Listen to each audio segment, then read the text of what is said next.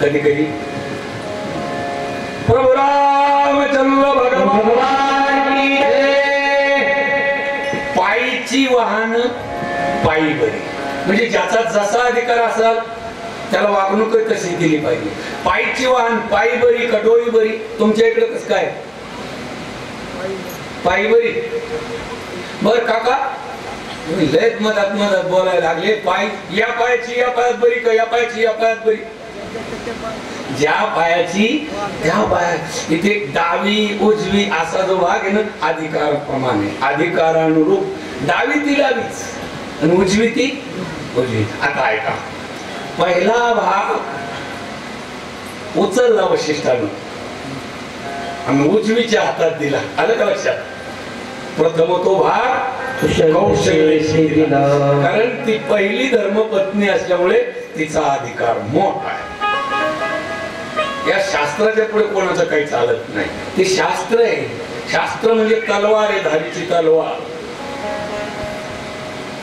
कौशल्य जरी दिसायला काही इतकी सुंदर नव्हती, पण शास्त्र सौंदर्याला मानित नाही। दिसण्याकडे शास्त्र पाहत नाही, असण्याकडे पाहत। दिसणं वेगळं, दिसायला काय करता? मला पाहण फुलं काय चुलीत घालायचं, तिचं अस्तित्व काय? कौशल्य ही धर्मपत्नी पहिली, म्हणून प्रथम तो भाग कौशल्याशी दिला, तेने क्रोध आला। पहिला भाग कौशल्याला का दिला?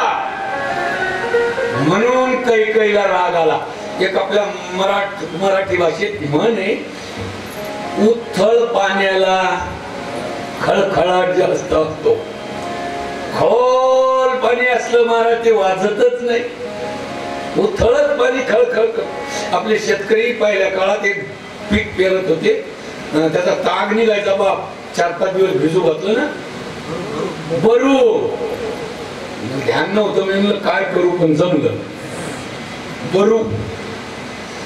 त्या बरूला फुलानंतर अशा बोंड्या येतात, खुळखुळे, ते खुळखुळे आहेत, आणि ते खुळखुळे का वाळले, चिमणी जरी गेली बरूच्या शेतात, खळ खळ खळ खळ बरूच्या बियाचा, केळीतून कापसातून महीत जाऊ द्यावं, आवाजच येत नाही। दमदार पिकं येते, आवाजच येत नाही। बरूतून चिमणी जरी गेली खळ खळ खळ, आणि म्हणून बरूचा भाव तोच राहायचा। पूर्वी ते लोक यायचे सायकलीवर, बरूचं बी त्याचा भाव माहिती का तुम्हाला? मिठाच्या भारोभार मिठ झालं, त्याची किंमतच झाली मिठाच्या भारोभार। ज्याची किंमत कमी तर खळखळाट जास्त असतो। ज्याच्या घरात 500 पोत्याचं सोयाबीनची थप्पी लागलेली ना, त्या माणसाजवळ जाऊन बसा, विचारा भाऊ कसं काय उतार येईल ना? काय नाही महाराज, देवाची कृपा आहे, पोरं धावतात, 400-500 पोते असं आरामानं सांगताय। ज्याला 5 पोते होतात ना, महाराज 8 एकरात खाली पडशील। 5 पोत्यावाला एवढं मोठ्यानं बोलतोय, 500 पोत्यावाला आरामानं बोलतोय। ज्याच्यात दम आहे ना, ह्याच्यात खळखळाट नसतो। कौशल्य शांत आहे, सुमित्रा शांत आहे, पण कैकेयीला तिसऱ्यांदा हातात प्रसाद दिला। प्रसाद सारखाच, फक्त तिसऱ्यांदा का दिला? म्हणून त्याने क्रोधाला कनिष्ठेसी। सज्जनो तुम्ही सुज्ञ आहात, काम नावाच्या विकारापेक्षा क्रोध नावाचा विकार खतरनाक आहे, खतरनाक। हे मी नाही म्हणत, शांती ब्रह्मनाथ महाराज म्हणतात आहे, कामाची कोतवाल याने लागली बहुताची, कामाची कोतवाल याने लागली बहुताची, हरिहराची अब्रू घेतो भय नाही त्यासी, हरिहराची अब्रू घेतो भय नाही त्यासी। आज मदाग्नी दुर्वासना दिले महान महान मूर्ती, मदाग्नी दुर्वासना दिले महान महान मूर्ती।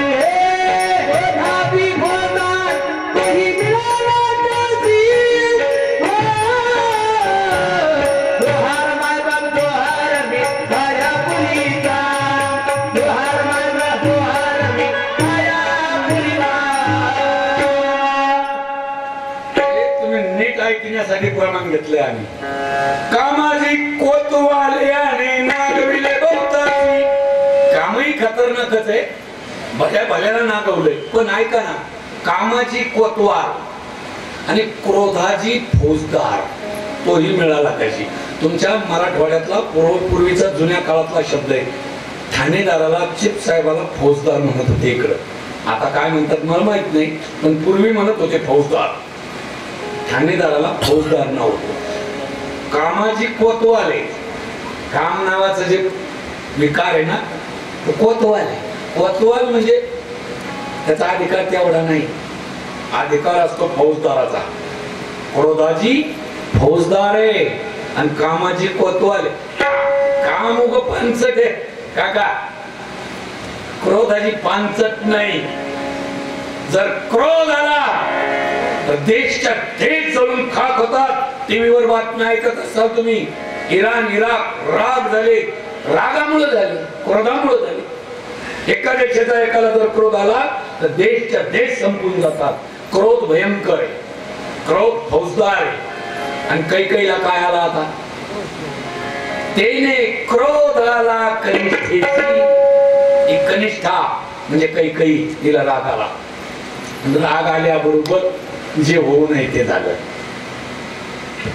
80,000 वर्षापासून टपलेली घाव तिला क्रोध आल्याबरोबर हातावर येऊन बसली. पिंडधारीने झडपिला, पिंडधारीने झडपिला, पिंडधारीने झडपिला, पिंडधारीने झडपिला, पिंडधारीने झडपिला. अंजनीने तो सेविला, अंजनीने तो सेविला, अंजनीने अंजनीच्या तपासाठी महारुद्राने कोणी, महारुद्राने कोणी, महारुद्राने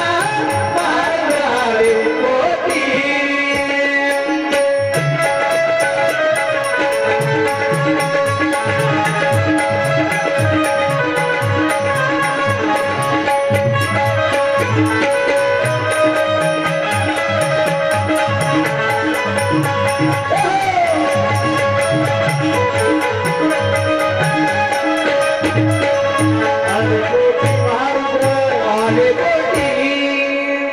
झालंच का व्हायचं ते, हे पहिलं ठरलं होतं असं होणार आहे. या बाईसाहेबाला राग आला, हातावरला पिंड गाडीनं उचलला, तिनं तिचं काम केलं. अंजनीने तो शेवीला, ऋषभ पर्वतापर्यंत उडत गेली. वायुदेवानं मदत केली. वायुदेवानं तो तिच्या घारीच्या मुखातून असुडला. तो पिंड अंजनीच्या हातात पडला आणि अंजनीने तो शेवीला. अंजनीच्या तपासाठी महारुद्र आले पोटी. भगवान मार्त्र्यांचा जन्म झाला. आनंदी आनंद झाला. तिकडे आनंद झाला की आग लागली ना अयोध्येत. कैकेयीच्या हातावरचा प्रसाद गेला. कैकेयी तडफडायला लागली, तळमळायला लागली, केस तोडायला लागली, कपाळ पिटायला लागली, छाती भरवायला लागली, गडबडा गडबडा लोळायला लागली. गाली लोटांगण, पाहून पटांगण. आता रडून काय फायदा आहे, जाईल हा नरदेह.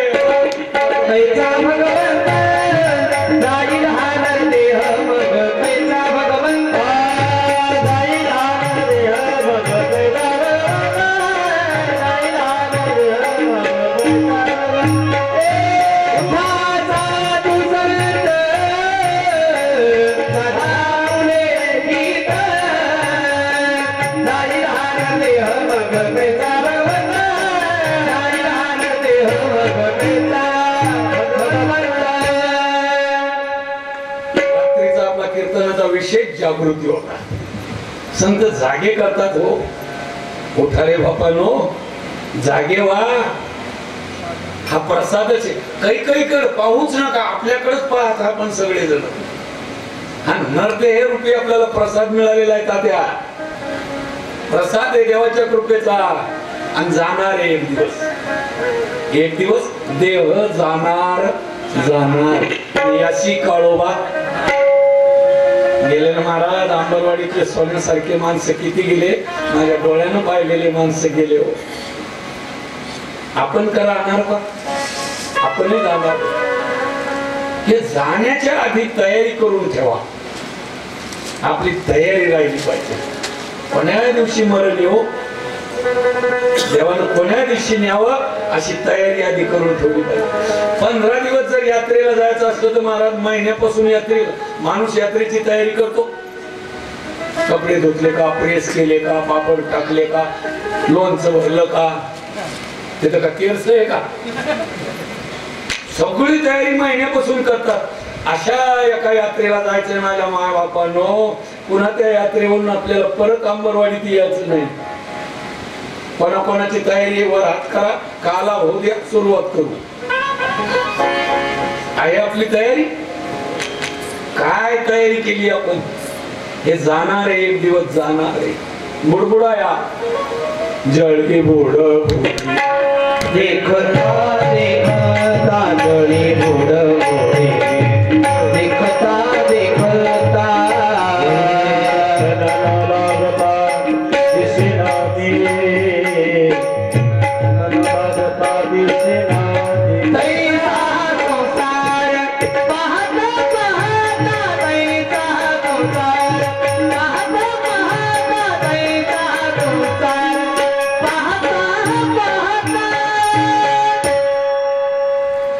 पाण्यावरच्या बुडबुड्यासारखं जीवन आहे दादा हो.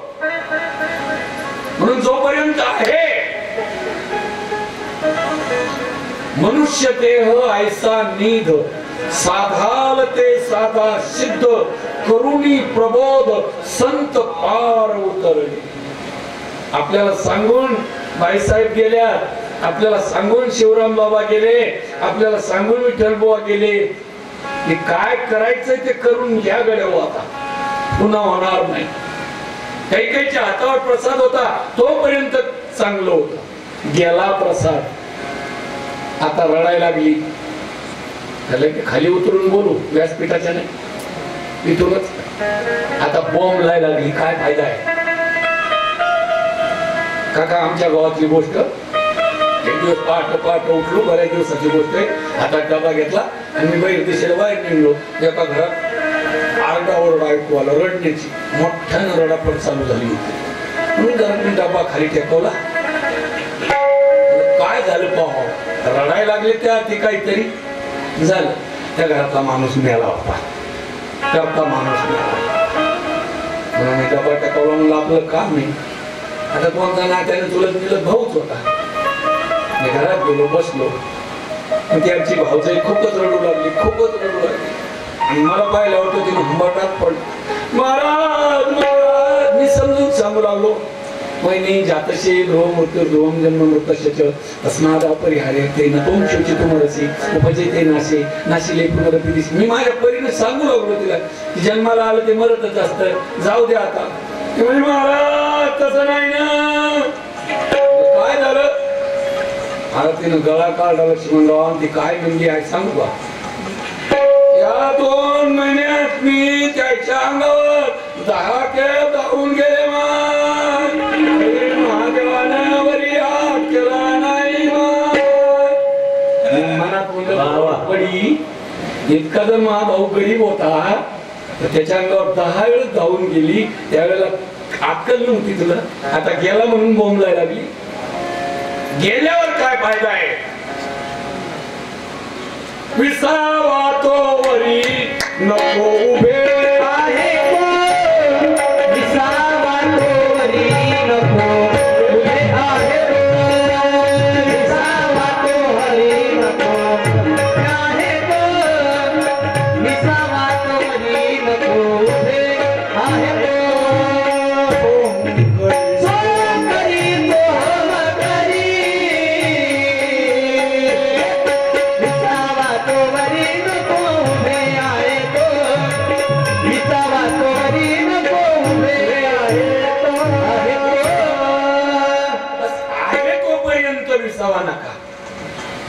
उभय नाही प्रसाद आहे हा प्रसाद. आता काही रडायला लागली. काय फायदा आहे? तरी काही ची एक बाजू चांगली महाराज. काही जरी नालायक असल, मूर्ख असल, अज्ञानी असल, तिची एक बाजू मजबूत आहे, तिच्या संगतीत होती ती संगत चांगली होती. संगत संत नकी करले, जन्म का सार्थक कचू करले. चांगल्याच्या संगतीत राहा. ज्ञानदेव सांगे दृष्टांताची मा. पुढं काय काका, साधूची संगती चांगल्याची संगती चांगली असती. चांगल्याच्या संगतीत गाव कसं असू द्या, अंबरवाडी महाराज पण शिवराम बाबाच्या संगतीतले, बाईसाहेबाच्या संगतीतले, म्हणून वाकावं लागतं तुमच्या पुढं. चांगल्याच्या संगतीत एक दिवस चांगला उगवतोच. काही संगत चांगली, काही कौशल्याच्या संगतीत आहे. आणि कौशल्य आहे. जेव्हा रामायणात कौशल्य नावाचं पात्र पुढे येतं त्यावेळेला खरंच हृदय भरून येतं. अशी कौशल्य पुन्हा जन्म घेणार नाही. काय कौशल्याचं अंतःकरण आकाशा एवढं मोठं आहे. नात्यानं ती काही रडायला लागली की तिची सवत आहे. पण जेव्हा काही रडती त्या कौशल्य माता धावून तिला आपल्या पोटाशी धरते. ऐका माझ्या ज्ञानवरांची ओवी. पायी काटा नेते ते व्यथा जीवे उमटे, तैसा पोळे संकटे पुढलाची. काटा पायात मोडतो आणि पाणी कुठे येते? डोळ्यात येते. किती अंतर आहे. कुठं राहिला पाय, कुठे डोळे. पायात काटा मोडावा आणि डोळ्यात पाणी यावं. तसं समाजाला दुःख व्हावं आणि संत तळमळावे. बुडता हे जन न देखवे डोळा, येतो कळवळा म्हणून त्याला म्हणतात संत. बुडत जग, तळमळतात संत. सत्य बोले मुखे, दुखवी अनेकाच्या दुःखे. दुसऱ्याच्या दुःखानं दुःख झालं पाहिजे. महाराज आपल्याला दुसऱ्याच्या दुःखात गुदगुल्या होतात. एखाद्याचं का वाईट झालं बरी मजा झाली आता. पाप रे पाप. दुसऱ्याच्या दुःखानं जर आपल्याला आनंद होत असेल आपण पापी आहे. तळमळायला लागली काही आणि ते दुःख झालं, डोळे भरून आले कौशल्याचे. तिला उचलून आपल्या पोटाशी धरलं, तिच्या मुखावर फिरवला. अक्का रडू नको माय, होऊन गेली गोष्ट झाली, शांत. पण विंचू इंगडी अशी एक औलाद आहे, तिला किती काही प्रेम दाखवा ती नाही मारल्याशिवाय राहत नाही. काही ना तिला झटका द्या, सोड मला मारायचंय, मला मारायचंय. कौशल्या म्हणते का मारायचं, कशाला जगायचं ग? तुला मुलगा होणार आहे, सुमित्रेला मुलगा होणार आहे, मग मला जगून काय फायदा आहे? म्हणजे कैकेयीला जे दुःख आहे ते आपल्याला मुलगा होणार नाही याचं नाही, कौशल्याला मुलगा होणार आहे याचं आहे. तुमच्या ध्यानात आलं का? नाही तर पुढच्या वर्षी सांगेन. आपल्याला मुलगा होणार नाही हे तर तिनं ही आपदा भोगलेलीच होती, ती वंध्याच होती. पण कौशल्याला मुलगा होणार आहे, सुमित्रेला मुलगा होणार आहे याच्यामुळे ती दुःखी होती. कशाला जगायचं म्हणती?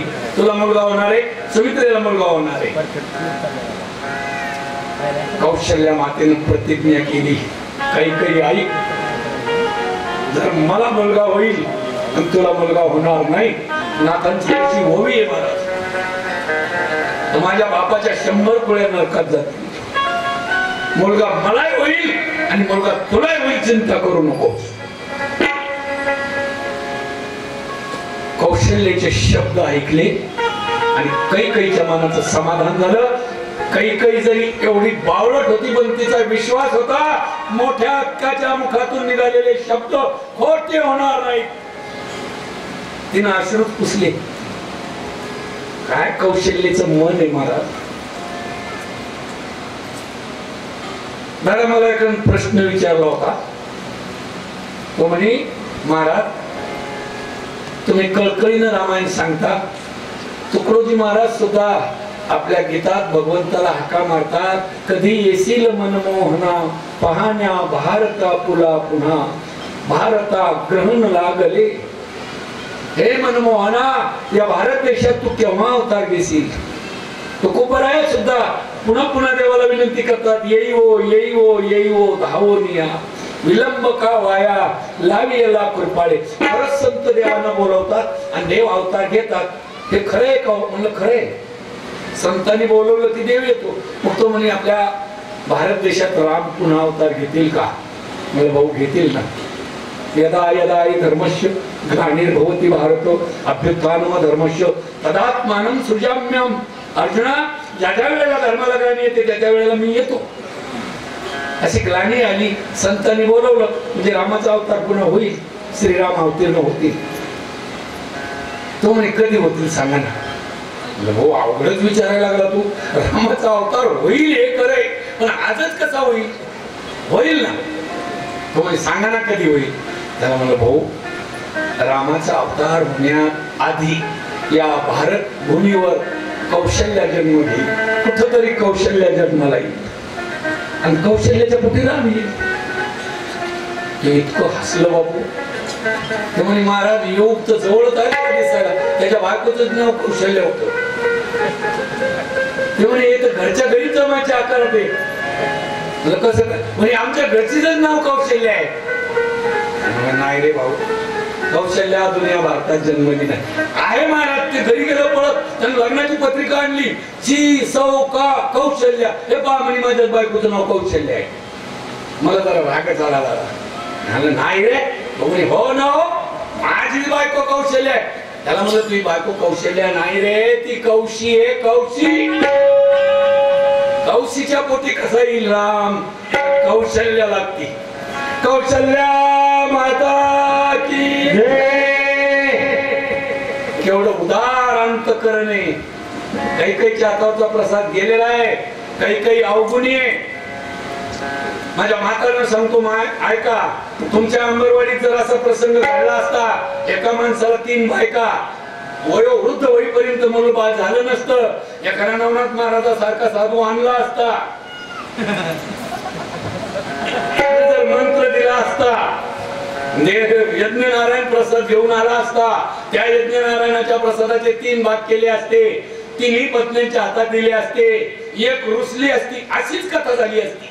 एक रुसली असती तर दुसऱ्या 2 काय केलं असतं तुम्ही सांगता का? मीच सांगतो. या दोघीनं रामायण सांगणारा महाराज घरी नेला असता, निव्वळ दुधाचा चहा केला असता आणि म्हणले असते, महाराज बरा गेला प्रसाद गुणाची. याच्या पलीकडे आपली बुद्धी काम करत नाही. म्हणून राम पोटी येणं अवघड आहे. प्रभू राम